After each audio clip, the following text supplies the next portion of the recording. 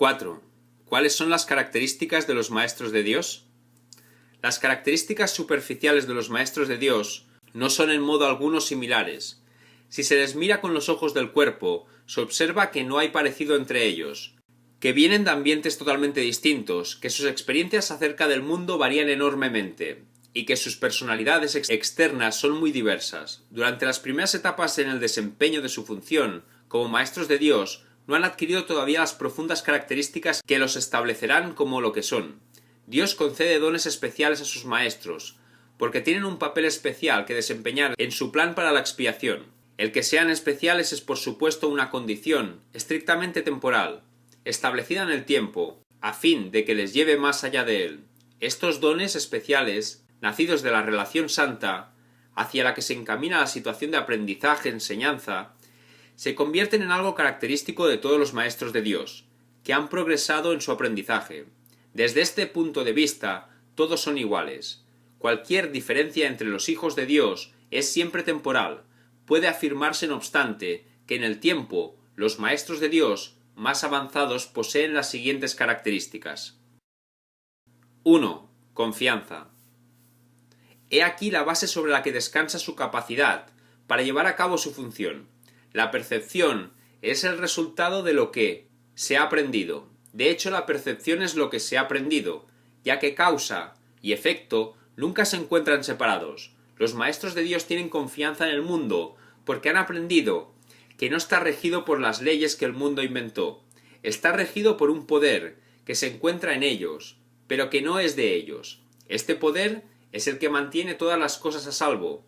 Mediante este poder, los maestros de Dios contemplan un mundo perdonado. Una vez que hemos experimentado ese poder, es imposible volver a confiar en nuestra insignificante fuerza propia. ¿Quién trataría de volar con las minúsculas alas de un gorrión cuando se le ha dado el formidable poder de un águila? ¿Y quién pondría su fe en las miserables ofrendas del ego cuando los dones de Dios se encuentran desplegados ante él? ¿Qué induce a los maestros de Dios a efectuar ese cambio? A. Desarrollo de la confianza. En primer lugar, tiene que pasar por lo que podría calificarse como un periodo de deshacimiento. Ello no tiene por qué ser doloroso, aunque normalmente lo es. Durante ese periodo, parece como si nos estuviesen quitando las cosas, y raramente se comprende en un principio que estamos simplemente reconociendo su falta de valor. ¿De qué otro modo se iba a poder percibir lo que no tiene valor, a no ser que el perceptor estuviese en una posición desde la que no puede sino ver las cosas de otra manera? Aún no ha llegado el punto en el que puede efectuar el cambio interno totalmente. Por ello, el plan a veces requiere que se efectúen cambios en lo que parecen ser las circunstancias externas. Estos cambios son siempre beneficiosos. Una vez que el maestro de Dios ha aprendido esto, pasa a la segunda fase. Ahora el maestro de Dios tiene que pasar por un periodo de selección. Este periodo es siempre bastante difícil, pues al haber aprendido que los cambios que se producen en su vida son siempre beneficiosos, tiene entonces que tomar sus decisiones sobre la base de si contribuyen a que el beneficio sea mayor o menor. Descubrirá que muchas cosas, si no la mayoría de las que antes valoraba, tan solo obstruyen su capacidad para transferir lo que ha aprendido a las nuevas situaciones que se le presentan. Puesto que ha valorado lo que en verdad no vale nada, no generalizará la lección por temor a lo que cree pueda perder o deba sacrificar. Si necesita haber aprendido mucho para poder llevar a entender que todas las cosas, acontecimientos, encuentros y circunstancias son provechosos, solo en la medida en que son provechosos deberá concederse algún grado de realidad en este mundo de ilusiones. La palabra valor no puede aplicarse a nada más. La tercera fase por la que el maestro de Dios tiene que pasar podría llamarse un periodo de renuncia. Si se interpreta esto como una renuncia a lo que es deseable, se generará un enfoque conflictivo. Son pocos los maestros de Dios que se escapan completamente de esta zozobra. No tiene ningún sentido, no obstante, separar lo que tiene valor de lo que no lo tiene, a menos que se dé el paso que sigue naturalmente. Por lo tanto, el periodo de transición tiende a ser un periodo en el que el maestro de Dios se siente obligado a sacrificar sus propios intereses en aras de la verdad. Todavía no se ha dado cuenta de cuán absolutamente imposible sería una exigencia así. Esto solo lo puede aprender a medida que renuncia realmente a lo que no tiene valor. Mediante esa renuncia aprende que donde esperaba aflicción, encuentra en su lugar una feliz despreocupación. Donde pensaba que se le pedía algo, se encuentra agraciado con un regalo. Ahora llega un periodo de asentamiento. Es este periodo de reposo, en el que el Maestro de Dios descansa razonablemente en paz por un tiempo.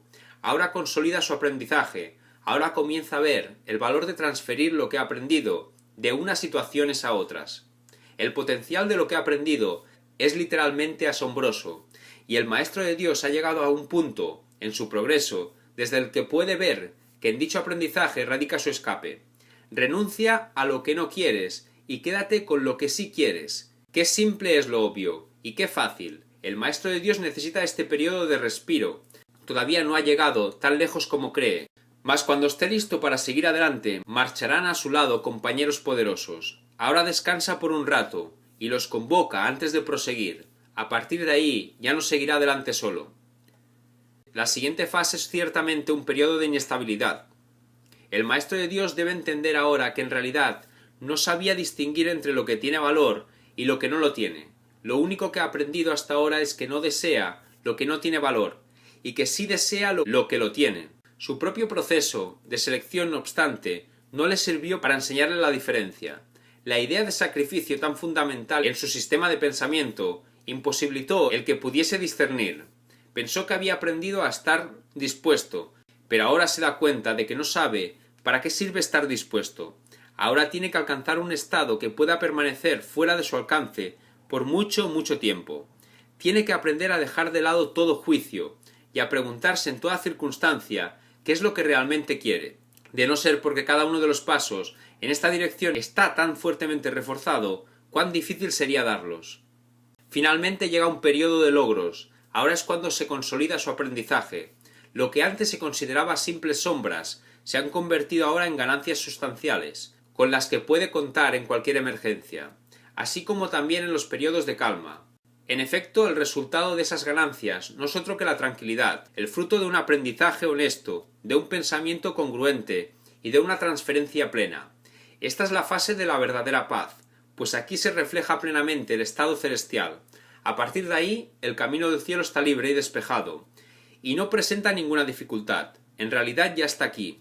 ¿Quién iba a querer ir a ninguna otra parte si ya goza de absoluta paz? ¿Y quién querría cambiar su tranquilidad por algo más deseable? ¿Qué podría ser más deseable? 2. Honestidad. Todas las demás características de los maestros de Dios se basan en la confianza. Una vez que ésta se ha alcanzado, las otras se suceden naturalmente. Solo los que tienen confianza pueden permitirse ser honestos, pues solo ellos pueden ver el valor de la honestidad. La honestidad no se limita únicamente a lo que dices. El verdadero significado del término es congruencia. Nada de lo que dices está en contradicción con lo que piensas o haces. Ningún pensamiento se opone a otro, ningún acto contradice tu palabra, ni ninguna palabra está en desacuerdo con otra. Así son los verdaderamente honestos. No están en conflicto consigo mismos a ningún nivel, por lo tanto les es imposible estar en conflicto con nada o con nadie. La paz que experimentan los maestros de Dios avanzados se debe en gran medida a su perfecta honestidad. Solo el deseo de engañar da lugar a la pugna. El que es uno consigo mismo no puede ni siquiera concebir el conflicto. El conflicto es el resultado inevitable del autoengaño, y el autoengaño es deshonestidad. Para un maestro de Dios nada supone un desafío, pues ello implicaría que se abrigan dudas, y la confianza en la que los maestros de Dios descansan con absoluta seguridad hace que les sea imposible dudar. Por lo tanto, solo pueden triunfar. En esto como en todo son honestos. Solo pueden triunfar porque nunca hacen su voluntad propia. Eligen por toda la humanidad, por todo el mundo y por todas las cosas que en él habitan. Por lo que es inevitable e inmutable, más allá de las apariencias, y por el Hijo de Dios y su Creador, ¿cómo no iban a triunfar? Eligen con perfecta honestidad, tan seguros de sí mismos como de su elección. 3. Tolerancia. Los maestros de Dios no juzgan. Juzgar es ser deshonesto, pues es asumir un papel que no te corresponde. Es imposible juzgar sin engañarse uno a sí mismo. Juzgar implica que te has engañado con respecto a tus hermanos. ¿Cómo entonces no te ibas a haber engañado con respecto a ti mismo? Juzgar implica falta de confianza, y la confianza sigue siendo la piedra angular de todo el sistema de pensamiento del Maestro de Dios. Si la pierde, todo su aprendizaje se malogra. Sus juicios, todas las cosas son igualmente aceptables, pues en tal caso, ¿quién podría juzgarlas? Juicios, todos los hombres son hermanos, pues en ese caso, ¿quién se encontraría aparte? Juzgar destruye la honestidad y quebranta la confianza. El Maestro de Dios no puede juzgar y al mismo tiempo esperar aprender.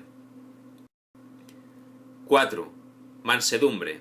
Para los maestros de Dios el engaño es algo imposible. No pueden infringirlo ni sufrirlo. El daño es el resultado de juzgar. Es el acto deshonesto que sigue a un pensamiento deshonesto. Es un veredicto de culpabilidad contra un hermano y por ende contra uno mismo. Representa el fin de la paz y la negación del aprendizaje. Demuestra la ausencia del plan de aprendizaje de Dios y el hecho de haber sido sustituido por la demencia. Todo maestro de Dios tiene que aprender, y bastante pronto en su proceso de formación, que hacer daño borra completamente su función de su conciencia.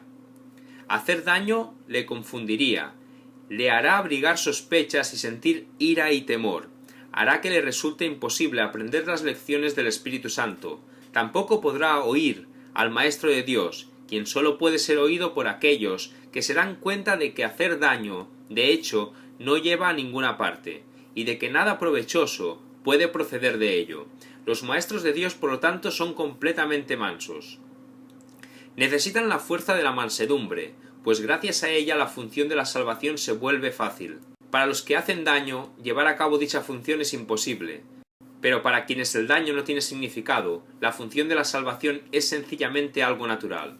¿Qué otra lección sino esta tiene sentido para el que está en su sano juicio? ¿Quién, de percibir un camino que conduce al cielo, elegiría el infierno? ¿Y quién elegiría la debilidad que irremediablemente resulta de hacer daño, cuando puede elegir la fuerza, infalible, toda abarcante e ilimitada de la mansedumbre? El poder de los maestros de Dios radica en su mansedumbre, pues han entendido que los pensamientos de maldad no emanan del Hijo de Dios ni de su Creador. Por lo tanto, unen sus pensamientos a aquel que es su fuente, y así su voluntad, que siempre fue la de Dios, queda libre para ser como es. 5. Júbilo. El júbilo es el resultado inevitable de la mansedumbre. La mansedumbre significa que el miedo es ahora imposible, que podría entonces obstaculizar el júbilo. Las manos abiertas de la mansedumbre están siempre colmadas. Los mansos no experimentan dolor, no pueden sufrir. ¿Cómo no habrían de ser felices? Están seguros de que son amados y de que por lo tanto están a salvo. El júbilo va unido a la mansedumbre, tan inevitablemente como el pesar acompaña al ataque. Los maestros de Dios confían en él y están seguros de que su maestro va delante de ellos, asegurándose de que no les acontezca ningún daño. Disponen de sus dones y siguen su camino porque la voz de Dios los dirige en todo. El júbilo es su himno de gratitud, y Cristo los contempla también con agradecimiento. La necesidad que Él tiene de ellos es tan grande como la que ellos tienen de Él. ¡Qué gozo tan inmenso compartir el propósito de la salvación! 6. Indefensión. Los maestros de Dios han aprendido a ser sencillos. No tienen sueños que tengan que defender contra la verdad. No tratan de forjarse a sí mismos. Su júbilo procede de saber quién los creó. ¿Y es acaso necesario defender lo que Dios creó? Nadie puede convertirse en un maestro de Dios, avanzado, hasta que no comprenda plenamente que las defensas no son más que absurdos guardianes de ilusiones descabelladas. Cuanto más grotesco es el sueño, más formidables y poderosas parecen ser sus defensas. Sin embargo, cuando el Maestro de Dios acepta finalmente mirar más allá de ellas, se da cuenta de que allí no había nada. Lentamente al principio, permite que se le desengañe, pero a medida que su confianza aumenta, aprende más rápido. Cuando se abandonan las defensas, no se experimenta peligro. Lo que se experimenta es seguridad.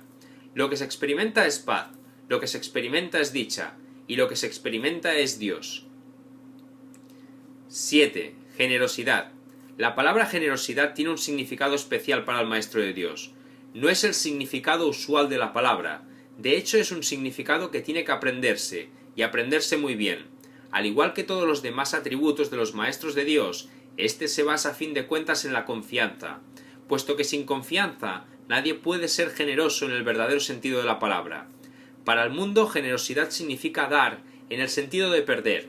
Para los maestros de Dios, generosidad significa dar en el sentido de conservar. Se ha hecho hincapié en esta idea a lo largo del texto, así como en el libro de ejercicios, pero tal vez sea más extraña para el pensamiento del mundo que muchas de las otras ideas de nuestro programa de estudios.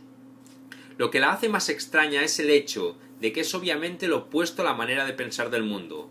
De la manera más clara posible, y en el más simple de los niveles, la palabra significa exactamente lo opuesto para los maestros de Dios que para el mundo. El maestro de Dios es generoso en interés propio, pero no nos referimos aquí al interés propio del ser, del que el mundo habla. El maestro de Dios no quiere nada que él no pueda dar, pues se da cuenta de que por definición ello no tendría ningún valor para él. ¿Para qué lo iba a querer? Solo podría perder por su causa, no podría ganar nada, por lo tanto no busca nada que sea solo para él, ya que eso sería la garantía de que lo perdería. No quiere sufrir, ¿por qué entonces iba a querer buscarse dolor? Pero sí quiere conservar todas las cosas que son de Dios y que por ende son para su Hijo. Esas son las cosas que le pertenecen, esas sí que las puede dar con verdadera generosidad, conservándolas de este modo para sí mismo eternamente. 8. Paciencia.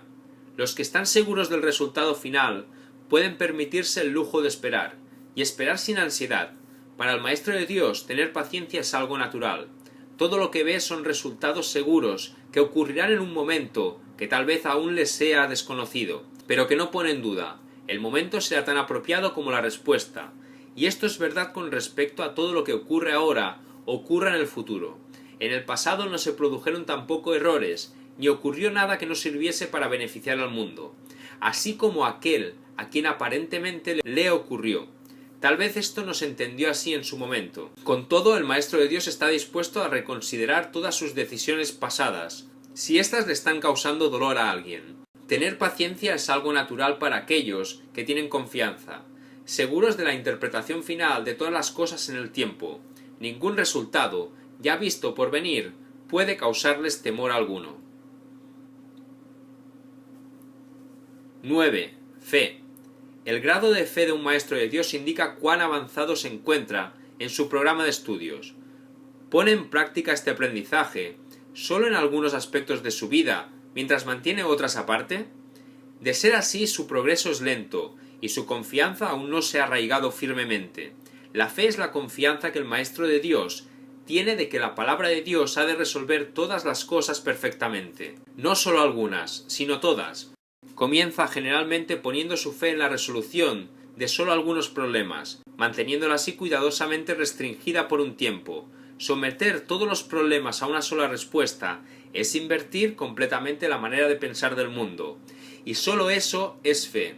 Ninguna otra cosa merece que se le llame por ese nombre. Con todo, vale la pena lograr cada avance, por pequeño que sea. Estar dispuesto, como indica el texto, no quiere decir que se haya alcanzado la maestría. La verdadera fe, sin embargo, no se desvía. Al ser consistente, es completamente honesta. Al ser firme, goza de absoluta confianza. Al estar basada en la ausencia de temor, es mansa. Al gozar de certeza, rebosa júbilo, y al tener confianza, es tolerante. La fe, por lo tanto, encierra en sí todos los demás atributos de los maestros de Dios, y entraña la aceptación de la palabra de Dios, y de la definición que él tiene de su Hijo. Hacia ellas es donde la fe, en el verdadero sentido de la palabra, siempre se dirige. En ellas tiene puestas sus miras, buscando hasta que las encuentra. La indefensión naturalmente la acompaña, y su condición es el júbilo, y una vez que las encuentra, descansa con sosegada certeza solo en aquello que es digno de toda fe. 10. Mentalidad abierta. El papel central que ocupa la mentalidad abierta, quizá el último de los atributos que el Maestro de Dios adquiere, puede entenderse fácilmente cuando se reconoce la relación que guarda con el perdón.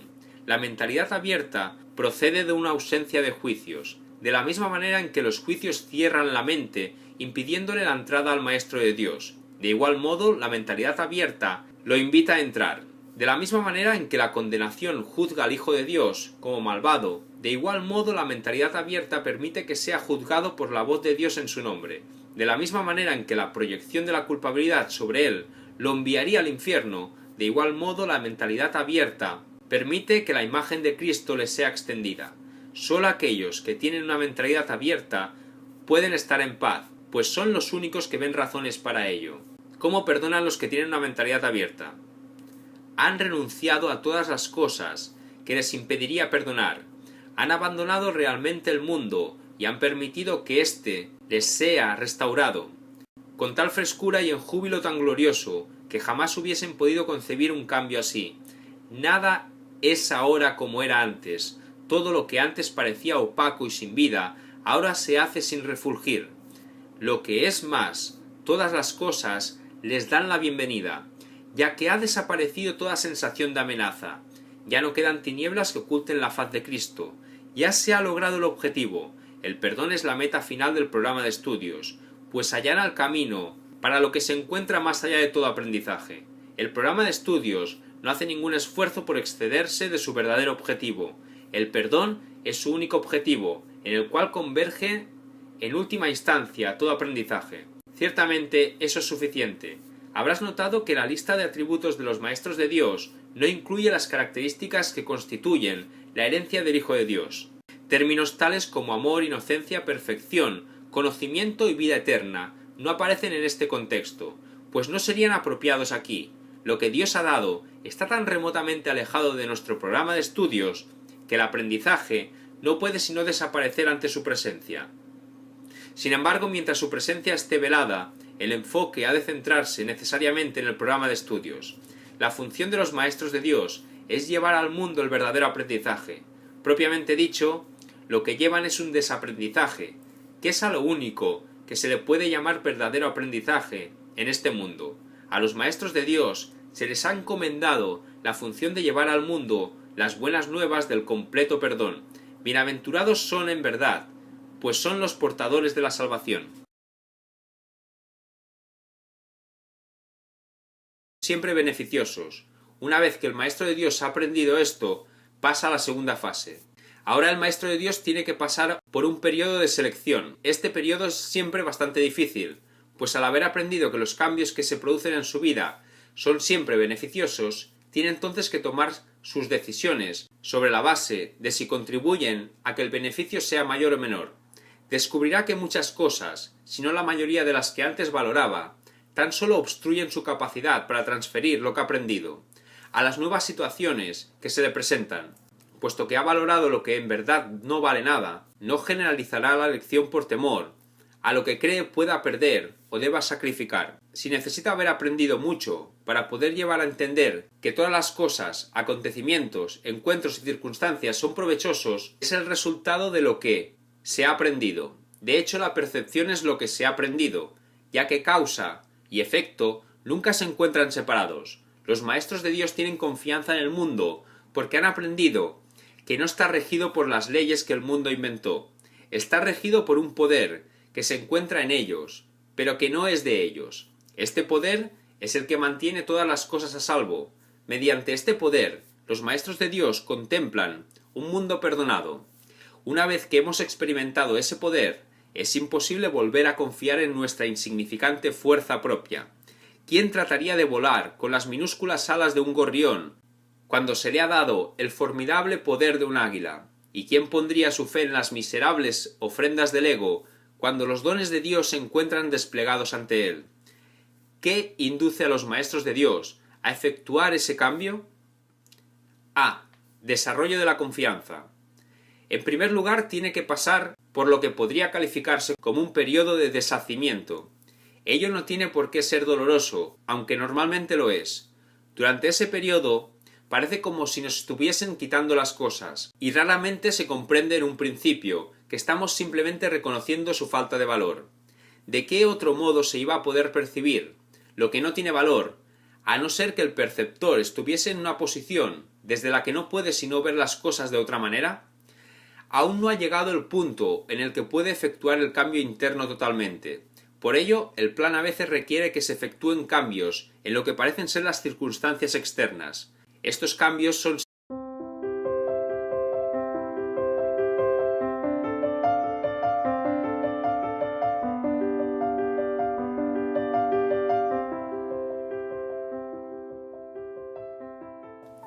4. ¿Cuáles son las características de los maestros de Dios? Las características superficiales de los maestros de Dios no son en modo alguno similares. Si se les mira con los ojos del cuerpo, se observa que no hay parecido entre ellos, que vienen de ambientes totalmente distintos, que sus experiencias acerca del mundo varían enormemente, y que sus personalidades externas son muy diversas. Durante las primeras etapas en el desempeño de su función, como maestros de Dios, no han adquirido todavía las profundas características que los establecerán como lo que son. Dios concede dones especiales a sus maestros, porque tienen un papel especial que desempeñar en su plan para la expiación. El que sean especiales es por supuesto una condición, estrictamente temporal, establecida en el tiempo, a fin de que les lleve más allá de él. Estos dones especiales, nacidos de la relación santa, hacia la que se encamina la situación de aprendizaje-enseñanza, se convierten en algo característico de todos los maestros de Dios, que han progresado en su aprendizaje. Desde este punto de vista, todos son iguales. Cualquier diferencia entre los hijos de Dios es siempre temporal. Puede afirmarse, no obstante, que en el tiempo los maestros de Dios más avanzados poseen las siguientes características. 1. Confianza. He aquí la base sobre la que descansa su capacidad para llevar a cabo su función. La percepción